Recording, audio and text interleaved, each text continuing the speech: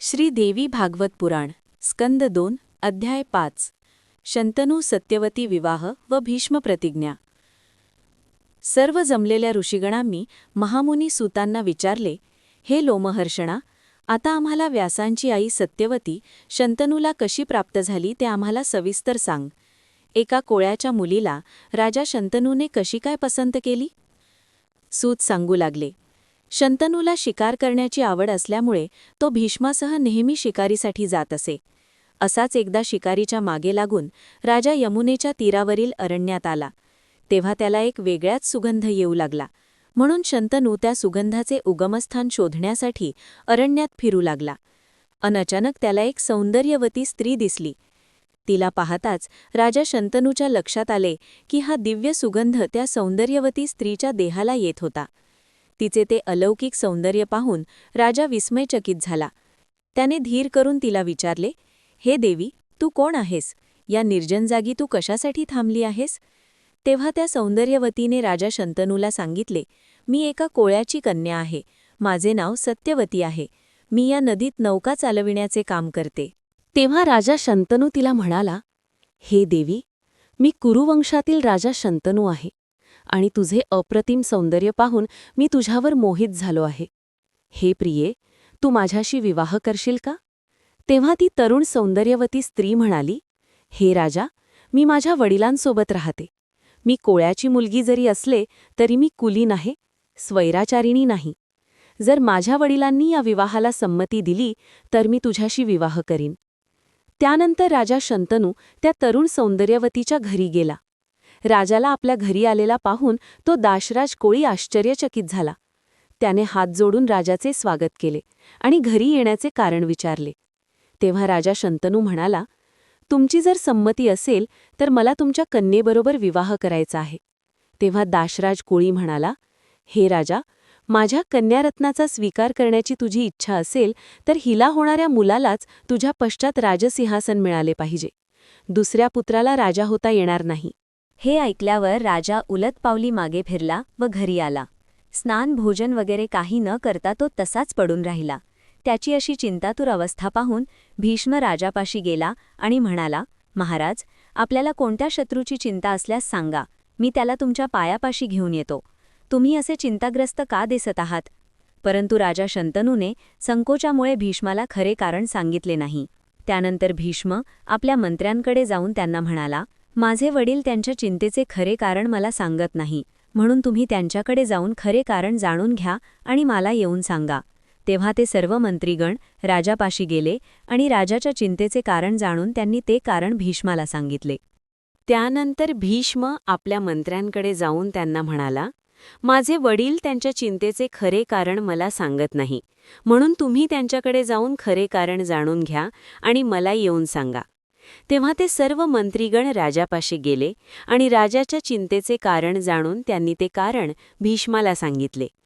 त्यानंतर भीष्म मंत्र्यांसह यमुना काठी दाशराज कोळ्याच्या घरी गेला आणि त्याच्या वडिलांकरिता दाशराज कोळ्याच्या कन्येची म्हणजेच सत्यवतीची मागणी केली।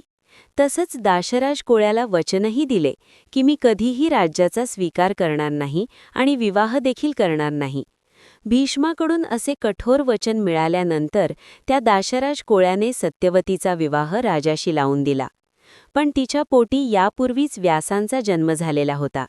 ही गोष्ट मात्र राजा शंतनूला कधीही कळली नाही। श्री देवी भागवत पुराण स्कंध 2 अध्याय 5 समाप्त।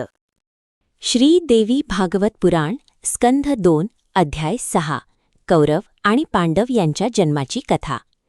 सूतांनी पुढे सांगावयास सुरुवात केली।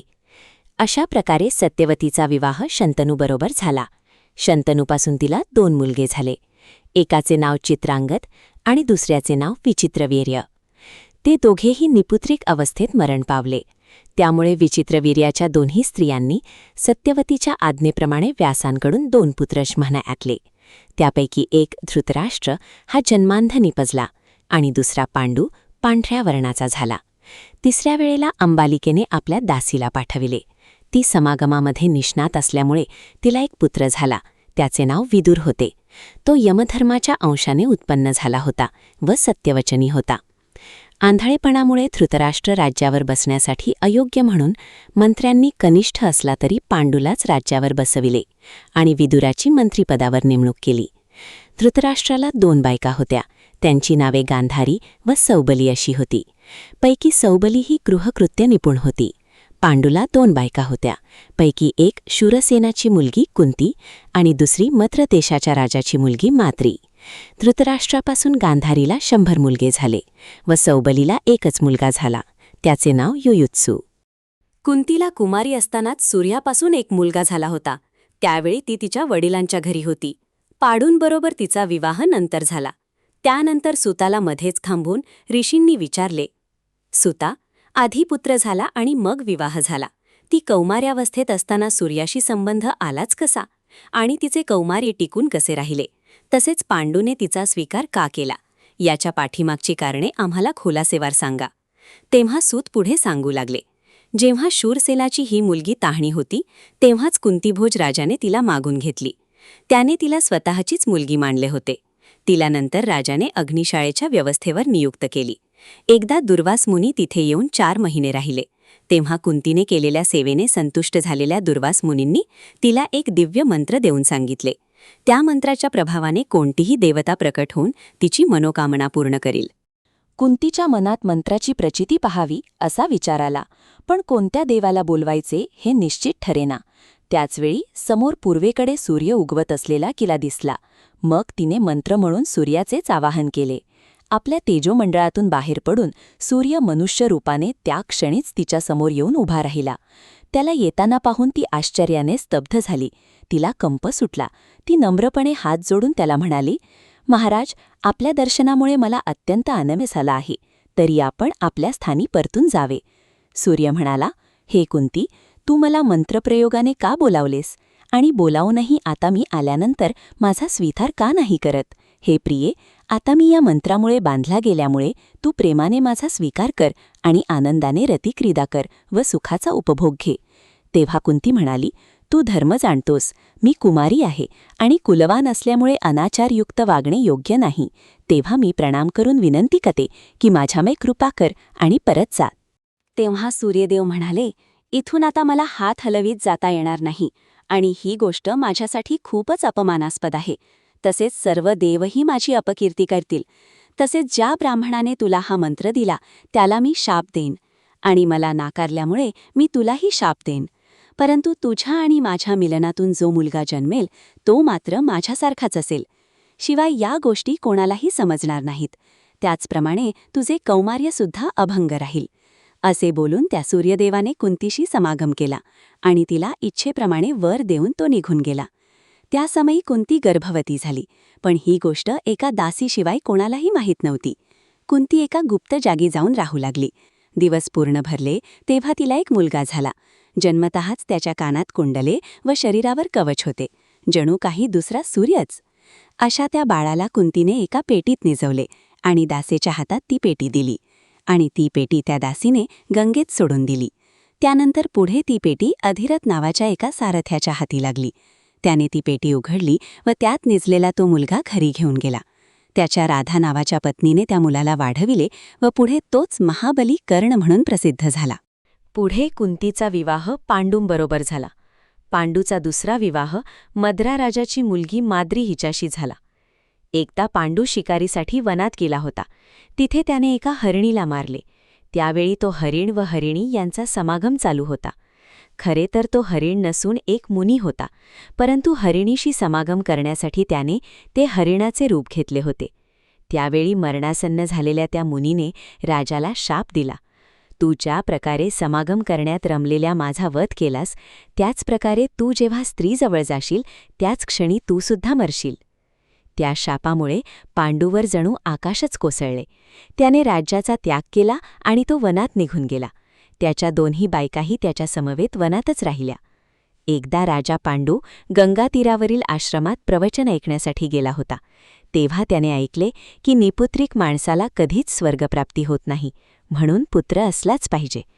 औरस पुत्र नसेल तर अंशज, गोलक, दत्तक, पुतण्या, सावत्रपुत्र, सापडलेला, कोणी दरिद्री माणसाने अर्पण केलेला किंवा पैसे देऊन विकत घेतलेला असला तरी चालेल, पण पुत्र हा असलाच पाहिजे. हे ऐकून पांडूने कुंतीला सांगितले की आता तू कोणत्याही मुनीपाशी जाऊन पुत्र प्राप्त करून घे आणि माझ्याच आज्ञेने तुला ही गोष्ट करावयाची असल्यामुळे यात तुला दोषही लागणार नाही. तेव्हा कुंती म्हणाली, मला पुत्रप्राप्तीसाठी मनुष्याकडे जाण्याची आवश्यकता नाही.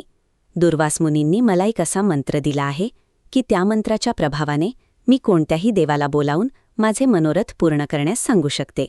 पांडूने तसे करण्यास अनुमती दिल्यावर कुंतीने प्रथम धर्मराजाला बोलावले आणि त्याच्यापासून जो पुत्र जन्मास आला त्याचे नाव युधिष्ठिर असे ठेवले. नंतर तिला भीम आणि अर्जुन असे 2 पुत्र वायुदेव आणि इंद्र या देवापासून झाले. तोपर्यंत 3 वर्षे उलटली. ते पाहून माद्रीने पांडूकडे विनंती केली, हे महाराज, मीही पुत्र नसल्यामुळे दुःखी आहे, तरी मलाही पुत्र व्हावा असे करा. तेव्हा त्याने कुंतीला विनंती केली आणि मग तिच्याकडून तो मंत्र माद्रीला दिला. त्यावेळी माद्रीने अश्विनी कुमार या जोड देवतांना बोलावल्यामुळे तिला 2 आवळे-जावळे मुलगे झाले. त्यांची नावे नकुल व सहदेव अशी ठेवली. अशा प्रकारे पांडूच्या दोन्ही बायकांना 5 वर्षात 5 मुलगे झाले. नंतर एकदा माद्रीसह एकांतात असताना पांडू कामवासनेने व्याकुळ झाला. त्याने माद्रीला जवळ ओढण्याचा प्रयत्न केला तेव्हा तिने त्याला परावृत्त करण्याचा खूप प्रयत्न केला. पण दुर्दैवाचा जोर जास्त असल्यामुळे पांडूने माद्रीचे ऐकले नाही आणि पांडू मरण पावला. त्यानंतर आपले दोन्ही पुत्र माद्रीने कुंतीच्या ओटीत घातले आणि माद्री सती गेली. नंतर कुंती आपल्या 5ही पुत्रांसमवेत हस्तिनापुरात आली. पांडूला मिळालेला शाप सर्वांना माहीत असल्यामुळे भीष्मांनी कुंतीला विचारले की हे कुंती, हे पुत्र कोणापासून झाले ते सांग. तेव्हा कुंती अतिशय दुःखी झाली, पण ती म्हणाली, हे पुत्र देवतांपासून कुरुकुलातच जन्मले आहेत. तरीही संशयाला जागा राहू नये म्हणून तिने त्या सर्व देवांना पुन्हा आवाहन केले. त्या सर्व देवांनी आकाशात प्रकट होऊन साक्ष दिली की ते त्यांचेच पुत्र आहेत. तेव्हा भीष्मांनी प्रसन्न होऊन सर्वांना राजवाड्यात नेले आणि त्या सर्वांची राजपुत्रासारखी व्यवस्था ठेवली. श्री देवी भागवत पुराण स्कंध 2 अध्याय 6 समाप्त.